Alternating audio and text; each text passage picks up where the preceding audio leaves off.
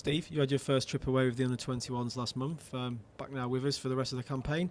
How's it been for you in your experience so far? I've really enjoyed it.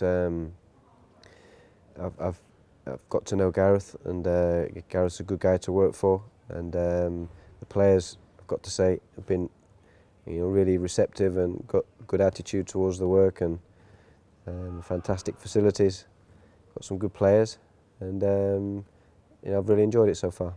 You've been given permission by Jose and Chelsea to link up for the rest of the qualifying campaign. It must have been a real good thing, to get away from the club environment with the international side of things. Yeah, I enjoy working at Chelsea. Wasn't looking to move out of that environment particularly, but Jose has always been very supportive of England and the national teams at all levels, and he was very supportive of me coming, which is why I'm here. From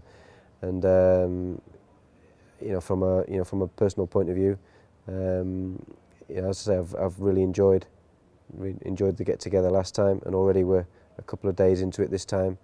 And as time goes on, you're developing relationships and getting to know people more and more. How does the job differ when you come away here to that at Chelsea? Obviously, you've got more experienced players who have proven themselves at the top level, whereas this is more of a developmental stage. Yeah. But aside from that, is it a largely similar role that you perform? I think if you speak honestly, even of the last 48 hours with this get together, is that you are limited with the impact that you can make at international level, given we have 21 players in the squad that were selected on Sunday. 3 of those have not managed to make it for one reason or another, so you're down to 18 for today. 5 of the 18 played on Sunday, so today really is a recovery day for them. And then of the 13, 14 that are left, 7 or 8 played on Saturday 90 minutes. So they're okay to train today, but really on a second day their body is still recovering from the game on Saturday, so they need protecting and looking after.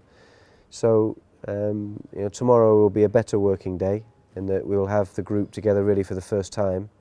But tomorrow's Tuesday and we play Thursday, so it's the closer you get to the game, again, the more careful you've got to be with how much you do. So it's different from that perspective and challenging, but still still interesting, and you can obviously have an effect, so it's just trying to make the most of that. My background is development. I was the academy manager at Crewe Alexandra for 17 years, and working with kids from the age of 6, one of which was Nick Powell, who's of course now here, but I had him as a 6-year-old, working right through till the first team.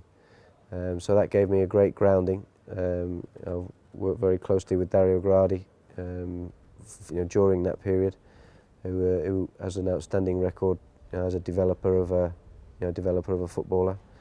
And then I've been able to add to that, as I say, in my time at Chelsea, I worked for a couple of years with the reserves, which was again a similar role, just trying to fine-tune that 17, 18, 19, 20, 21 age group.